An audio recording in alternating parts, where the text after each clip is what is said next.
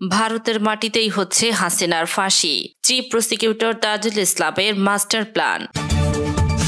এবং সবশেষে জানাবো, পাগলের প্রলাপ বকছেন জয়, কিছুই হবে না শেখ হাসিনার। এতক্ষণ শুনছিলেন সংবাদ শিরোনাম, এখন থাকছে বিস্তারিত।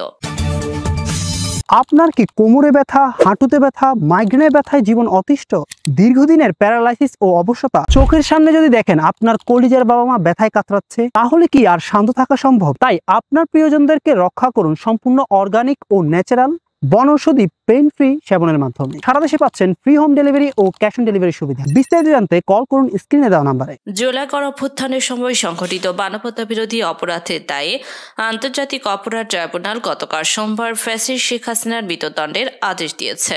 তার সরকারের স্বরাষ্ট্রমন্ত্রী আসাদুজ্জামান খান কাপালের বিরুদ্ধেও একই আদেশ দিয়েছে আদালত। এই মামলায় রাষ্ট্রপক্ষের প্রধান কৌশলী বা চিফ প্রসিকিউটর হিসেবে দায়িত্ব পালন করছেন অ্যাডভোকেট তাজুল ইসলাম। আন্তর্জাতিক অপরাধ ট্রাইব্যুনালে একসময় আসামির পক্ষের হয়ে লড়াই করা এই আইনজীবী এবার রাষ্ট্রপক্ষের হয়ে শেখ হাসিনার অপরাধ প্রমাণে গুরুত্বপূর্ণ অবদান রেখেছেন। তার প্রতিটি অপরাধ তথ্য উপাত্ত দিয়ে প্রমাণ করেছেন। গতকাল রায় ঘোষণার পর তাজুল ইসলাম বলেছেন, যে ধরনের সাক্ষ্য প্রমাণ এই আদালতে উপস্থাপিত হয়েছে, বিশ্বের যে কোনো আদালতে স্ট্যান্ডার্ডে এই সাক্ষ্য প্রমাণগুলো উতরে যাবে। পৃথিবীর যে কোনো আদালতে এই সাক্ষ্য প্রমাণ উপস্থাপন করা হলে আজকে যেসব আসামিকে শাস্তি দেওয়া হয়েছে তারা প্রত্যেকেই একই শাস্তি প্রাপ্য হবেন। অ্যাডভোকেট মোহাম্মদ তাজুল ইসলামের জন্ম 1973 সালের 25শে মার্চ। তিনি জামালপুর জেলা স্কুল থেকে এসএসসি এবং জামালপুর সরকারি আশেক মাহমুদ কলেজ থেকে এইচএসসি পাশ করে রাজশাহী বিশ্ববিদ্যালয়ে ভর্তি হন। তিনি রাজশাহী বিশ্ববিদ্যালয় থেকে 1995 সালে এলএলবি এবং 1996 সালে এলএলএম ডিগ্রি লাভ করেন। তাজুল ইসলাম 1998 সালে আইন পেশায় পেশাজীবন শুরু করেন এবং 1999 সালে সুপ্রিম কোর্টের আইনজীবী হিসেবে তালিকাভুক্ত হন।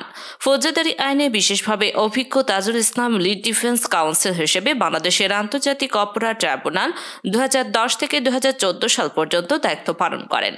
সে সময় জামাত ইসলামের আমির মতিউর রহমান নিজামী, সেক্রেটারি জেনারেল আলী আহসান মোহাম্মদ মুজাহিদের মামলা সহ সবচেয়ে আলোচিত স্পর্শকাতর মামলাগুলো পরিচালনা করেন। এই সময় ফ্যাসিস্ট শেখ হাসিনার সরকারের রোশন আলো পড়তে হয় তাকে। আসামি পক্ষের হয়ে লড়াই করার জন্য শেখ হাসিনার সরকার তাকে আটকও করেছিল। তাজুল ইসলাম যুদ্ধাপরাধ ও মানবতা বিরোধী অপরাধ সংক্রান্ত বিশ্ববিখ্যাত ল ফার্ম যুক্তরাজ্যের লন্ডনে অবস্থিত চেম্বার অব অ্যান্থনি ব্যারি ফিউসি এবং স্টিভেন কে কিউসির সঙ্গে কাজ করেন। তিনি মানবতা বিরোধী অপরাধের দায়ে ইসরায়েলি সেনা কর্মকর্তাদের বিরুদ্ধে তুর্কি আদালতে দায়েরকৃত মাভি মারমারা মামলার শুনানিতে একাধিকবার অংশগ্রহণ করেন। বাংলাদেশ সুপ্রিম কোর্টের আইনজীবী হিসেবে মোহাম্মদ তাজুল ইসলাম 2 যুগেরও বেশি সময় ধরে অনেক গুরুত্বপূর্ণ সাংবিধানিক ও ফৌজদারি মামলা পরিচালনা করেছেন। গত বছর 5 আগস্ট ছাত্র জনতার অভ্যুত্থানে শেখ হাসিনা ক্ষমতা ছেড়ে ভারতে পালিয়ে যাওয়ার পর দায়িত্ব নেন প্রফেসর মোহাম্মদ ইউনূসের নেতৃত্বাধীন অন্তর্বর্তী সরকার। নতুন সরকার দায়িত্ব নেওয়ার পর আন্তর্জাতিক অপরাধ ট্রাইব্যুনাল পুনর্গঠন করা হয়। গত বছরের 5 September Mohammad Tajul Islam attorney general পদমর্যাদায় আন্তর্জাতিক অপরাধ ট্রাইব্যুনালের চিফ প্রসিকিউটর হিসেবে নিয়োগপ্রাপ্ত হন। পুনর্গঠিত ট্রাইব্যুনালে জুলাই গণঅভ্যুত্থানের সময় সংঘটিত মানবতা বিরোধী অপরাধের ঘটনায় বেশ কয়েকটি মামলা হয়। এর প্রথম মামলাটি মিসকেস বা বিভিদ মামলা হয় শেখ হাসিনার বিরুদ্ধে। গত বছরের 17 অক্টোবর পুনর্গঠিত ট্রাইব্যুনালের প্রথম বিচার কাজ অনুষ্ঠিত হয়। সেদিন এই মামলায় শেখ হাসিনার বিরুদ্ধে গ্রেপ্তারি পরোয়ানা জারি করে ট্রাইব্যুনাল। দীর্ঘ শুনানি ও সাক্ষ্য গ্রহণ শেষে গতকাল এই মামলার রায় ঘোষণা করা হয়েছে।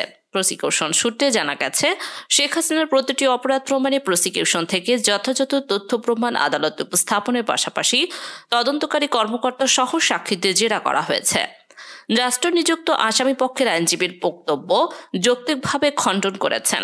এক্ষেত্রে চিফ প্রসিকিউটর তাজুল ইসলামের ভূমিকা ছিল খুবই গুরুত্বপূর্ণ। রাষ্ট্রের এই গুরুদায়িত্ব পালন করতে গিয়ে তাজুল ইসলাম সামাজিক যোগাযোগ মাধ্যম সহ বিভিন্নভাবে নানা হুমকির ধামকির মুখে পড়েছে। পরশু রাতেও অজ্ঞাত ফোন নাম্বার থেকে টেলিফোন করে তাজুল ইসলাম সহ তার টিমের সদস্যদের হুমকি ধামকি ও গালিগালাজ করা হয় বলে গণমাধ্যমে প্রকাশিত খবর থেকে জানা গেছে।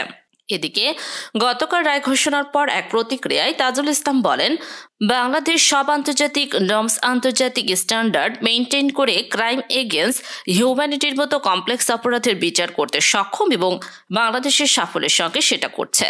এর আগে বিভিন্ন সময় শুনানিকালে চিফ প্রসিকিউটর মোহাম্মদ তাজুল ইসলাম বলেন, সব অপরাধের প্রাণভোমরা শেখ হাসিনা। সে অনুশোচনাহীন ও হৃদয়হীন অপরাধী, তার সর্বোচ্চ শাস্তি হওয়া উচিত। এ থেকে অনুকম্পা পাওয়ার কোনো সুযোগ নেই।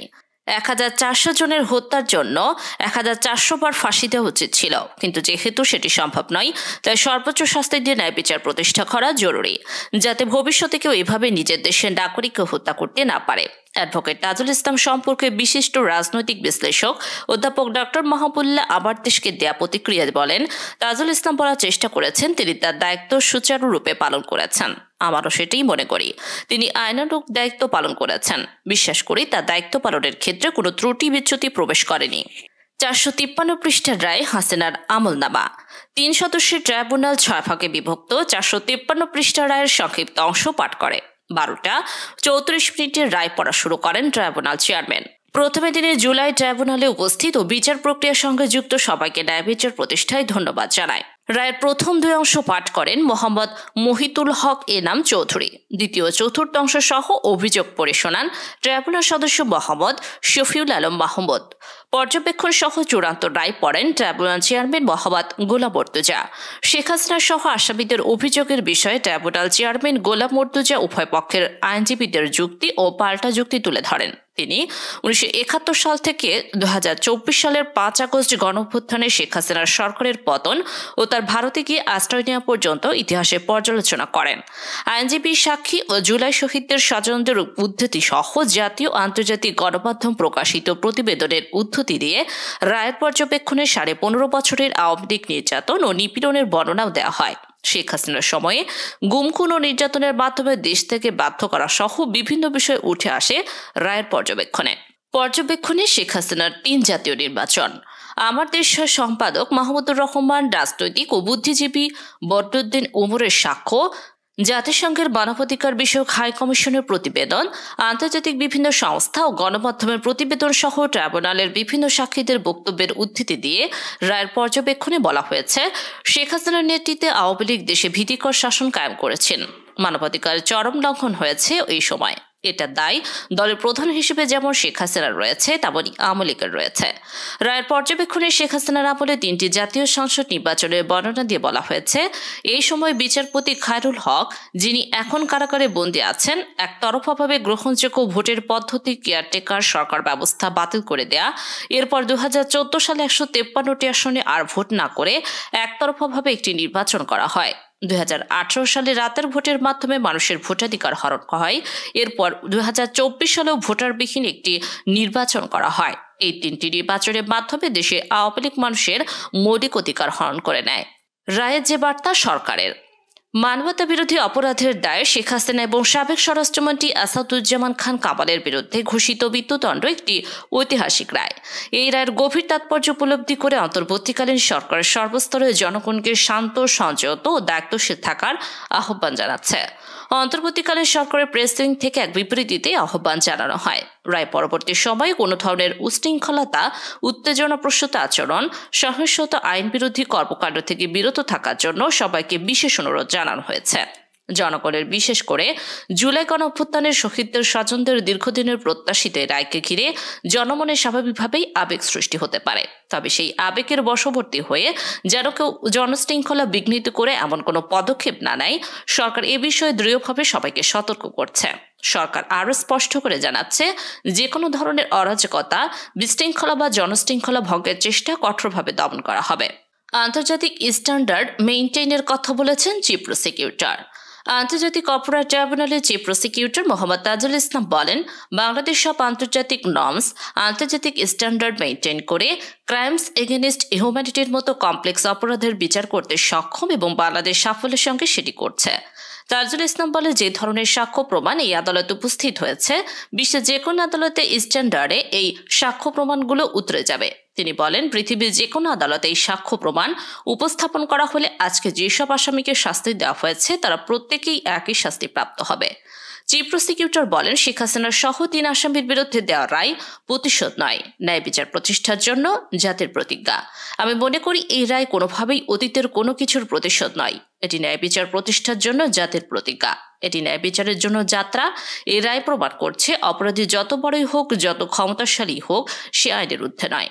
বাংলাদেশ এমন একটি রাষ্ট্র যেখানে যত বড় অপরাধী হোক, অপরাধের জন্য তাকে জবাবদিহিতার মুখোমুখি হতে হবে, বিচারের মুখোমুখি হতে হবে। এটিও প্রমাণিত হয়েছে বাংলাদেশ আন্তর্জাতিক প্রথা মান বজায় রেখে মানবতা বিরোধী অপরাধের মতো জটিল অপরাধের বিচার করতে সক্ষম। বাংলাদেশ সাফল্যের সঙ্গে সেটি করতে পেরেছে।